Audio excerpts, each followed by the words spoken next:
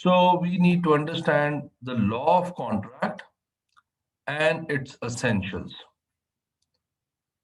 Law of contract क्या होता है and what are the essentials of a valid contract? This is going to be our topic. First of all, what is a law of contract? The law of contract is related to all the contracts and all the types of contracts. किसी किस्म का भी जो contract होगा वो law of contract से आप derive करोगे कि उस पे कौन से लॉज इंप्लीमेंट होते हैं. Now why do we need contracts and क्या चीज ये करता है. सारे बिजनेसेस ट्रांजैक्शंस करते हैं. फॉर एग्जांपल आप बाइंग करते हैं, सेलिंग करते हैं. They involve transactions. Some involve financial transactions, some transactions of goods and services and other things. And for that, for those transactions, you need to make the contract. We'll understand कि contract exactly क्या होता है. But जब आपको transactions करनी होती हैं, तो फिर आपको contract करना होता है. And contract क्यों करना होता है? Because आप अगर किसी supplier से कोई retailer कोई चीज मंगवा रहा है और retailer आगे customer को sale कर रहा है, तो ये कई दफा क्रेडिट पे काम हो रहा होता है, कई दफा ये काम क्रेडिट पे हो रहा होता है. You need to have some kind of trust and some kind of security कि आपकी जो ट्रांजैक्शंस हो रही हैं they are secure, they are fine, nobody is going to run away with your money और with your goods and services. So you need to have some kind of guarantee or some kind of protection for all of your transactions. So first we'll define and try and understand what is contract. So a contract is a written or spoken agreement which is enforceable by law. Written or spoken. So looking at this definition, we have two important elements. First, that contracts are agreements. Second, that they are enforceable by law. So we'll have to discuss agreement and enforceable one by one. So first, agreement. What is an agreement? Agreement is actually a promise for consideration. A promise that can form consideration. And what is a consideration? Something to do. So let's suppose if a person is saying that I want to sell a house to you for 10 million rupees. So selling of house is being promised by person A and 10 million is being promised by person B. So one person will sell a house for 10 million. Two people are actually making the promise to each other for doing something. And what are the promises? One is going to give a house, sell a house, the other is going to give 10 million. So when these promises are being made, this will be known as agreement. So you can say promise plus promise is equal to agreement. Now, the second thing is more important. Enforceable by law. जरा suppose करें कि आप किसी को शादी पे बुलाते हैं एंड आप उनसे कहते हैं कि हम आपको बहुत अच्छा खाना खिलाएंगे. प्रॉमिस करते हैं उनके साथ उनको बहुत अच्छा खाना खिलाएंगे. फूड आपने प्रॉमिस कर लिया और वो बंदा आपसे प्रॉमिस करता है कि ठीक है खाना अच्छा होगा तो मैं आपको 5,000 रुपीज जो है वो दे के जाऊंगा.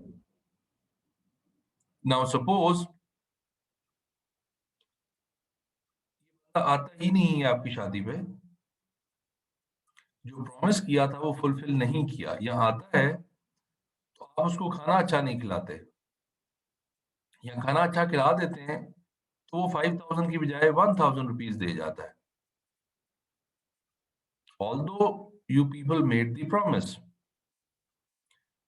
एंड किसी ने भी अगर फुलफिल नहीं किया तो can we sue this person? No. So, no, we cannot sue this person based on the promises that he or she made. That means not all the agreements that we make in life have the legal obligation. Some have the social obligation. But on the other hand, if you go to a restaurant and you have some food, and if you do not pay them, can they sue you? Yes, they're going to sue you for not doing the payment. Anything that you do, any promises that you're making, any agreements that you're making which are enforceable by law are known as the contracts. So let's look at the example. If you invite a friend on dinner and he does not show up, you cannot ask the court to punish him. But if you have purchased something and did not pay the shopkeeper can sue you and the court is going to recognize it. Why it is going to recognize? Because it has the legal obligation enforceable by law, right? So here we can say that promise plus promise is equal to an agreement. Two people when making promises to each other for something for some consideration is equal to agreement. Agreement plus legal obligation or enforceable by law is equal to a contract. So not all agreements are having legal obligation. Some have social obligation and some have legal obligation. Agreements which have the legal obligation are known as the contracts. Some more concepts related to the contract. Meeting of minds.